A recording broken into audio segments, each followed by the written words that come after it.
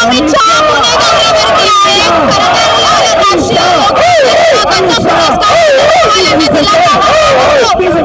शहा यांना देण्यात येणार आहे. अमित शहा जे या दौऱ्याला पुणे तिला काँग्रेस करण्यात येते. खरं पात्रच परिस्थितीतील काँग्रेस सगळे जोरदार आंदोलन करण्यात येते, त्याचा निषेध करण्यात येते आणि विद्यार्थ्यांची माफी मागावी अशा प्रकारची मागणी त्यांच्याकडून करण्यात येते. आणि शहराध्यक्ष गटनेते असतील काँग्रेसचे अरविंद शिंदे सगळेजण या आंदोलनात सहभागी झालेले आहेत. नाही चलेगी नाही काय सांगाल गृहमंत्री अमित शहा पुणे दौऱ्यावरती येत आणि शहराध्यक्ष म्हणून सगळेच काँग्रेसचे पदाधिकारी यांनी आंदोलनात सहभागी झाले. आम्ही सर्वजण आंदोलनात झालेलो आहोत आणि अमित शहा गो बॅक घोषणा देतो.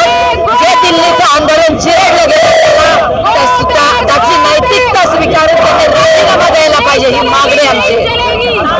खरं तर तिकडे दुसरीकडे भाजपकडून देखील काँग्रेस भवनावरती मोर्चा काढण्यात आला. रेडीचा गाव आहे, आम्ही समोर असताना त्यांनी मोर्चा काढायला हवा होता. आम्ही त्यांना सोडणार नाही, आम्ही सुद्धा त्यांच्या विरुद्ध मोर्चा काढणार. इकडे येतात काय मागणी असेल? राजीनामा द्या हीच मागणी आहे आमची. पाहायला गेलं तर प्रशांत जगताप असतील, तृप्ती असतील, काही शहराध्यक्ष असतील, ते पदाधिकारी असतील, इथे करताना पाहायला मिळतं. काँग्रेसचे गटनेते आता आपल्यासोबत आहेत. चंद्रकांत काका काय सांगाल? गृहमंत्री इकडे दौऱ्यावरती तुम्ही ते निषेध आंदोलन करताय, मात्र दुसरीकडे भाजपने काँग्रेस भवनावरती मोर्चा काढला. देवेंद्र फडणवीसांच्या मदतीनं पुणे पोलीस शहर काम करते.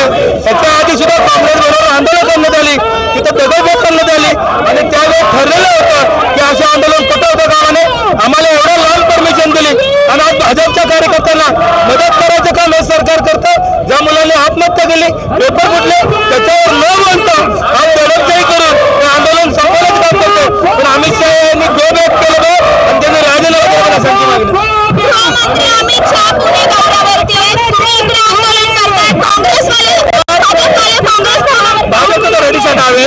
आम्ही या ठिकाणी अमित शहाच्या भागात कार्यक्रमाला त्या ठिकाणी आंदोलन करतोय. असं असताना आमच्यावर दबाव आणण्याकरता आमच्या काँग्रेस पक्ष कार्यालय भाजप चालू केलेली आहे. हे एक प्रकारचा रेडीचा डाव आहे. अशा प्रकारे पुणे पोलीस त्या ठिकाणी भाजपच्या गुंडांना आश्रय देत आहे किंवा अभय देत आहे, हा आमचा थेट आरोप आहे. काँग्रेसचे सगळेच पदाधिकारी जे असतील ते आंदोलनात सहभागी झाल्याचं एकंदरीतच सगळं चित्र आहे. तर दुसरीकडे वंचित कडून देखील या आंदोलनात जे आहे ते सहभागी झाल्याचं आपल्याला पाहायला मिळतंय. वंचित बहुजन आघाडीकडून आंदोलनामध्ये इकडे या साईडला आंदोलन करत असल्याचं एकंदरीतच चित्र आहे.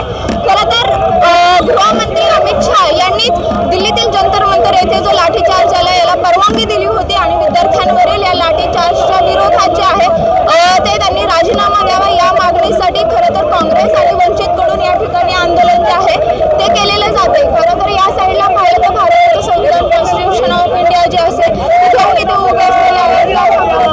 एकीकडे काँग्रेसला तुमच्या आंदोलनाचा सहभाग तुमचा आहे का? काँग्रेसच्या आंदोलनात तुम्ही देखील सहभागी झाला? आम्ही वेगळं करतोय. आमचं वंचित बहुजन आघाडीच्या वतीने आज आम्ही हे आंदोलन पुकारलेलं आहे. काँग्रेसकडे एकीकडे आंदोलन करताय, इकडे तुम्ही करताय. एक मागणी तुमची सेमच आहे, मग एकत्रित आंदोलन काय? नाही, मागणी आमची सेमच आहे. काँग्रेस बाजूला करते, आम्ही इथं करतोय. जागेमुळे असं केलेलं आहे. पोलिसांनी परमिशन आम्हाला दुसऱ्या ठिकाणी दिलेलं नाही. एका जागेवर आम्ही आहोत. आंदोलनात आमचा प्रॉब्लेम नाही, परंतु अमित शहा जोपर्यंत राजीनामा देत नाही तोपर्यंत वंचित बहुजन आघाडी हे आंदोलन असं चालूच ठेवणार आहे. 150 मुलांना रक्तबंबाळ करण्यामुळे अमित शहाचे जे काही हात आहेत ते रक्ताने माखलेले आहेत. रक्ताने माखलेल्या हातांना पुरस्कार देण्याचा नैतिक अधिकार नाही आहे. त्यामुळे अमित शहा यांनी राजीनामा दिलाच पाहिजे, ही आमची मागणी आहे.